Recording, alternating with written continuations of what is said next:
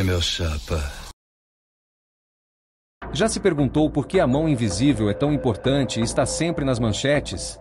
E por que é ainda mais relevante no nosso cotidiano? Neste vídeo tentaremos desvendar um dos maiores mistérios da economia. A lendária, a perspicaz, mas em algumas vezes falha. A mão invisível.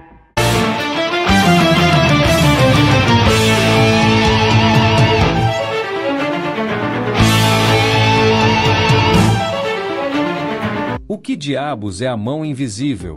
Alguma vez parou para pensar como o mercado decide os preços das coisas? E quem é esse tal de mercado que tem o poder de fazer os preços subirem ou descerem? Não é um espírito do capitalismo, nem um mago da inflação.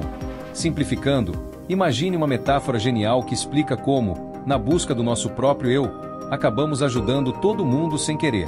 Tipo mágica? Quase! Pensa no seu padeiro. Ele só quer grana com aquele pãozinho quente, certo? Mas adivinha só? Buscando apenas o nosso próprio interesse, acabamos, sem querer, beneficiando todo mundo ao nosso redor. Parece bruxaria. A mágica em ação. Lembra do nosso padeiro? Ele tá lá, no batente, amassando a farinha e ligando o forno todo dia. Ele faz isso porque quer o seu dinheirinho no final do mês, certo? O objetivo principal dele é o lucro. Ele quer sustentar a família, pagar as contas, quem sabe até tirar umas férias. Mas, para conseguir esse lucro, o que ele precisa fazer? Ele precisa assar bom pão. Pão que a gente queira comprar. Se o pão dele for ruim, murcho ou caro demais, a gente simplesmente vai na padaria do lado. E é aí que a mágica começa a acontecer. Pensa no açougueiro, na quitandeira, no dono da loja de roupas. Cada um deles está focado em ganhar dinheiro. Mas, para isso, eles precisam oferecer o melhor produto ou serviço pelo melhor preço possível. E o que acontece quando todo mundo está tentando agradar a gente para ganhar o nosso dinheiro? A gente tem mais opções. Produtos melhores. Preços mais justos. É como se uma força invisível estivesse organizando tudo, garantindo que as coisas que a gente precisa estejam disponíveis. Cada um buscando seu próprio interesse. Um pão quentinho, uma carne de qualidade, uma roupa nova, sem querer, contribuindo para o bem-estar de todo mundo. Parece bruxaria, né? Mas tem um nome. E o mago por trás dessa ideia genial, que sacou essa dinâmica toda lá atrás, se chamava Adam Smith.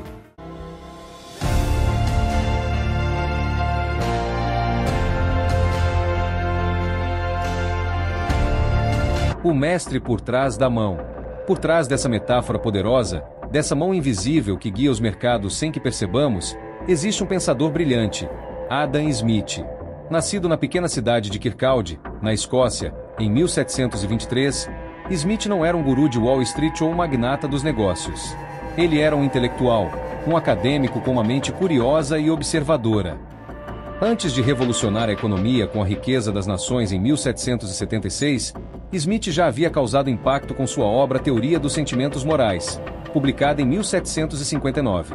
Nesse livro, ele explorava a natureza humana, a moralidade e a importância da empatia e da simpatia nas relações sociais. Pode parecer distante da economia, mas essa base filosófica foi crucial para moldar seu pensamento. Smith via o ser humano como movido tanto pelo interesse próprio quanto pela capacidade de se colocar no lugar do outro.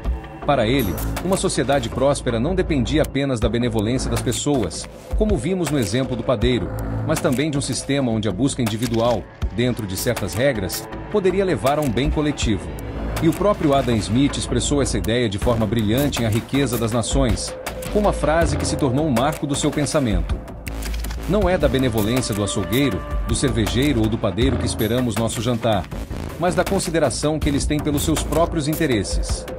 Com essa observação simples e poderosa, Smith nos mostra que, mesmo buscando o próprio ganho, esses profissionais acabam oferecendo produtos e serviços essenciais para a sociedade. Não é a bondade inerente deles que move a economia, mas sim o seu desejo de prosperar. Após anos como professor de filosofia moral na Universidade de Glasgow, um centro intelectual vibrante na época, Smith dedicou-se por mais de uma década à elaboração de sua Magnum Opus, uma investigação sobre a natureza e as causas da riqueza das nações.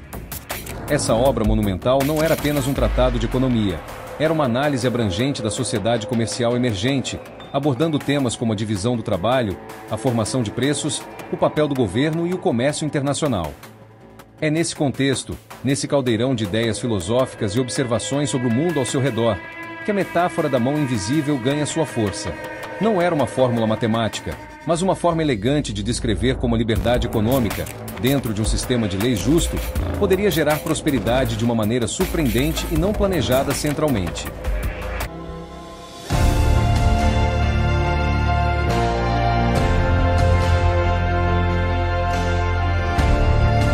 Se a teoria dos sentimentos morais nos deu a base filosófica, foi em A Riqueza das Nações que Smith realmente abriu o capô da economia.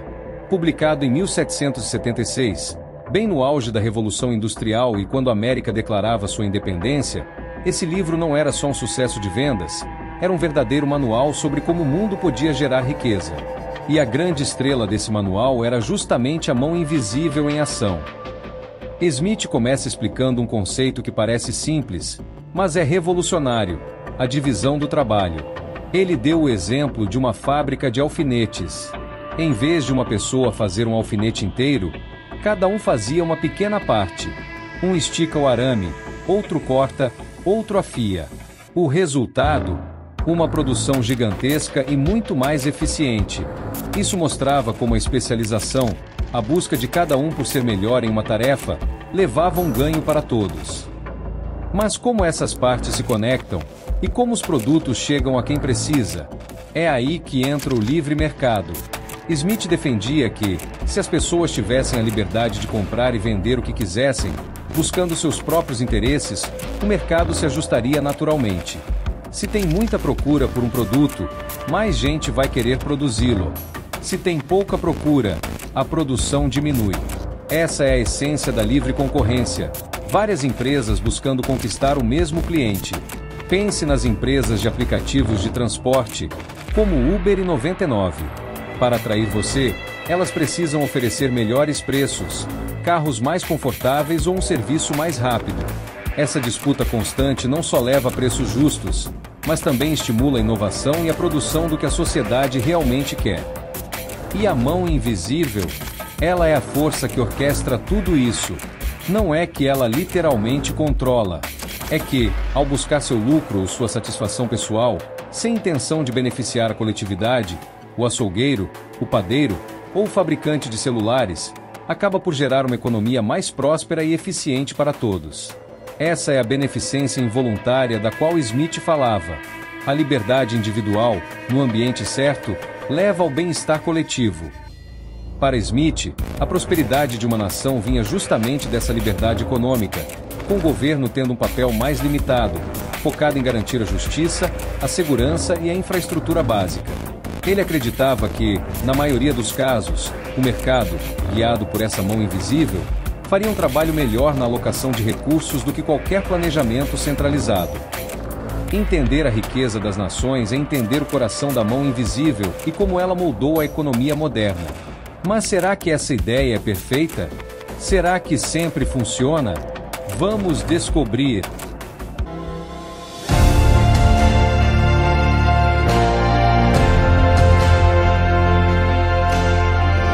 A mão invisível falha? Os erros e limites do mercado real. Até aqui, desvendamos como a mão invisível de Adam Smith organiza boa parte da nossa economia, certo? Mas será que ela é mesmo tão perfeita e consegue resolver tudo sozinha? Segura a empolgação. Como não vivemos no país das maravilhas econômicas da Alice, temos que citar algumas imperfeições que acontecem no mundo real. A busca insana por lucro pode levar a manipulações sinistras, tipo empresas gigantes controlando tudo e acabando com a concorrência. E a mão muitas vezes faz vista grossa para a sujeira que algumas indústrias fazem só para economizar uma grana. Poluição, desigualdade. Quem paga essa conta? A gente. As falhas desse sistema são reais e mostram que nem sempre o interesse individual leva ao paraíso. Exemplificando as imperfeições. Externalidades negativas. Uma falha ocorre quando ações de indivíduos ou empresas impõem custos a outros que não estão envolvidos na transação. Chamamos isso de externalidades negativas. Por exemplo, uma fábrica poluindo o ar prejudica a saúde da população, mesmo que ela esteja apenas buscando lucro. Bens públicos e recursos comuns. O mercado também falha em fornecer bens públicos, como iluminação de ruas ou defesa nacional, pois não há incentivo para que indivíduos paguem por algo que todos podem usar. Da mesma forma, recursos comuns, como a pesca em um lago, podem ser explorados excessivamente, levando à sua exaustão, já que ninguém tem um incentivo individual para preservar. Informações assimétricas e poder de mercado. Outras imperfeições incluem a assimetria de informação, onde uma parte da transação tem mais conhecimento que a outra, levando a decisões desfavoráveis. Pensa em você comprando um carro usado. O vendedor sabe tudo sobre os problemas do carro, mas você não. Essa diferença de informação pode te levar a pagar caro por um abacaxi. Além disso, o poder de mercado, como monopólios ou oligopólios, permite que algumas empresas controlem preços e produção, prejudicando a concorrência e os consumidores. Um exemplo: pensa nas empresas de telecomunicações em alguns países, onde poucas companhias dominam o mercado e você tem poucas opções para escolher seu serviço de internet ou celular, pagando um preço que talvez não fosse o mesmo em um ambiente mais competitivo.